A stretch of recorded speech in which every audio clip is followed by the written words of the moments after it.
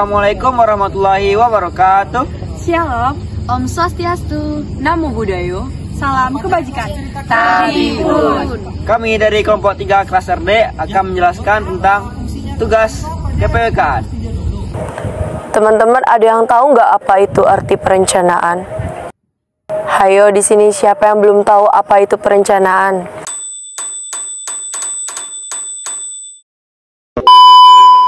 Halo guys, perkenalkan nama saya Winda Febriani dengan NIM 12322000187 dari program studi Perencanaan Wilayah dan Kota. Nah teman-teman, untuk kali ini aku mau bahas kepada teman-teman yaitu apa arti perencanaan. Jadi teman-teman, perencanaan adalah proses sistematis untuk menetapkan tujuan dan merumuskan langkah-langkah yang diperlukan untuk mencapai tujuan tersebut. Sedangkan proses perencanaan itu melibatkan identifikasi masalah atau peluang, pengembangan tujuan, penentuan sumber daya yang diperlukan, dan mempersiapkan strategi-strategi atau langkah-langkah yang diperlukan. Lo tau gak sih sejarah perkembangan pendidikan perencanaan wilayah dan kota di Indonesia? Gak tahu tuh, gimana tuh? Nah, jadi setelah diidentifikasi, terdapat peristiwa-peristiwa penting tentang perkembangan pendidikan perencanaan wilayah dan kota di Indonesia. Nah, peristiwa-peristiwa tersebut dikelompokkan menjadi 4 bagian. Yang pertama yaitu tahap inisiasi, yang kedua tahap pondasi, yang ketiga tahap perkembangan tingkat lanjut, dan yang terakhir tahap replikasi dan perluasan. Yang pertama, tahap gagasan dan persiapan terjadi pada tahun 1950 sampai 1958. Pada tahapan ini, gagasan, wacana, rencana, dan persiapan dilakukan untuk melahirkan pendidikan perencanaan wilayah dan kota di Indonesia.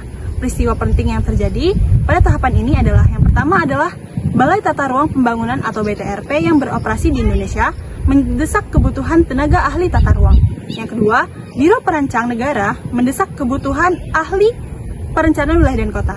Dan yang terakhir, Kementerian Pekerja Umum atau BTRP mendukung gagasan pembangunan pendidikan untuk keahlian tata ruang. Untuk yang tahap 2 yaitu tahap pondasi dan peresmian terjadi pada tahun 1959 sampai 1961. Tahapan ini disebut juga masa pondasi atau the foundation. Pada masa ini terjadi beberapa peristiwa penting yang terjadi.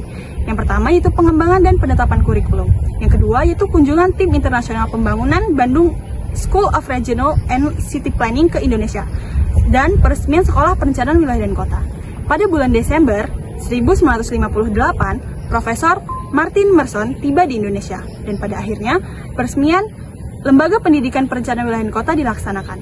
Lembaga Pendidikan Perencanaan Wilayah dan Kota yang waktu itu berdiri dengan nama Division of Regional and City Planning atau pihak perwakilan Harvard University, dan lembaga PBB sering menyebutnya dengan istilah Bandung School of Regional and City Planning. Yang ketiga, yaitu tahap perkembangan tingkat lanjut. Pada tahapan ini terjadi pada tahun 1961 sampai 1963. Pada tahap ini beberapa peristiwa penting yaitu pengembangan dan pelaksanaan kurikulum dan penelitian bidang perencanaan wilayah dan kota di Indonesia. Dan yang terakhir yaitu tahap replikasi dan pengembangan lanjut. Terjadi pada tahun 1963 hingga masa kini. Pada tahap ini tentu saja banyak detail peristiwa penting yang terjadi. Yang pertama yaitu pendirian program studi bidang perencanaan wilayah dan kota di beberapa perguruan tinggi di Indonesia. Yang kedua yaitu pendirian Asosiasi Sekolah Perencana atau biasa disebut ASPI. Dan yang terakhir yaitu perkembangan penelitian dan jurnal bidang perencanaan wilayah dan kota. Bahas pengertian udah, bahas sejarah juga udah. Nah, terus apa sih aspek keprofesian dan peluang pekerjaan sebagai seorang perencana? Peluang aspek profesi sendiri dapat bekerja pada instansi pemerintahan, pusat maupun daerah, dapat menjadi surveyor, peneliti, arsitektur, pengelola lingkungan, dan developer. Peluang pekerjaan sebagai perencana sendiri dapat bekerja pada instansi pemerintahan sebagai PU, Pepenas, Dinas Tata Kota, peneliti, pengajar, dan bisa menjadi konsultan di sektor swasta. Peluang pekerjaan sebagai perencana akan terus meningkat seiring dengan perkembangan pembangunan di Indonesia. Hal ini dikarenakan perencanaan wilayah dan kota merupakan hal yang penting untuk mewujudkan pembangunan yang berkelanjutan di masa depan. Di sini saya akan menjelaskan perbedaan ruang lingkup wilayah dan kota. Ruang lingkup wilayah tersendiri yaitu merupakan suatu yang mencakup bagian besar dari suatu negara, contohnya yaitu provinsi dan lain-lainnya.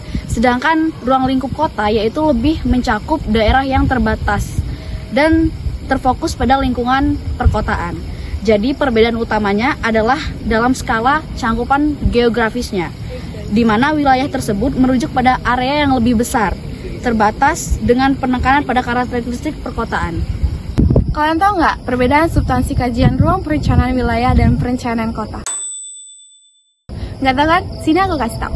Perencanaan wilayah cakupannya lebih luas dan berfokus pada pembangunan ekonomi wilayah dari tata ruang wilayah dengan sektor perkebunan, pertanian, pertambangan, sehingga karakternya yang homogen. Sedangkan perencanaan kota itu terfokus pada kota yang akan dirancang dengan sektor perumahan, perdagangan jasa, industri dan pemerintahan, sehingga intensitasnya yang tinggi dan karakternya yang heterogen. Produk dari perencanaan wilayah ada dua, yaitu pembangunan ibu kota baru, pengembangan wilayah pesisir. Sedangkan produk dari perencanaan kota ada perencanaan taman kota dan pengembangan fasilitas kota. Perumahan dan permukiman merupakan salah satu kebutuhan dasar pada manusia. Pengembangan permukiman baik di perkota ataupun perdesaan pada dasarnya untuk mewujudkan sebuah kondisi perkotaan dan pedesaan yang layak huni, aman, nyaman, berbudaya, berkeadilan, sosial, damai sejahtera, serta berkelanjutan.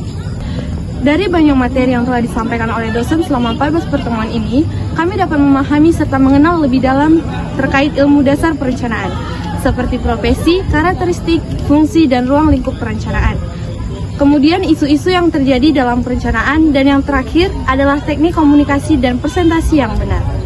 Dari banyaknya materi yang disampaikan oleh dosen pengampu, kami memahami bahwa prodi PWK ini merupakan sebuah prodi yang tidak hanya membahas terkait teknik, tetapi juga ilmu multidisiplin, ilmu sosial, hukum, ekonomi, geografi, dan arsitektur.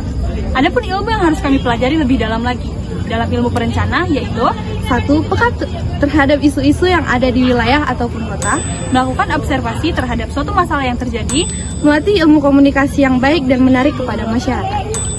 Sekian penjelasan dari kami. Terima kasih telah menyaksikan. Dadah.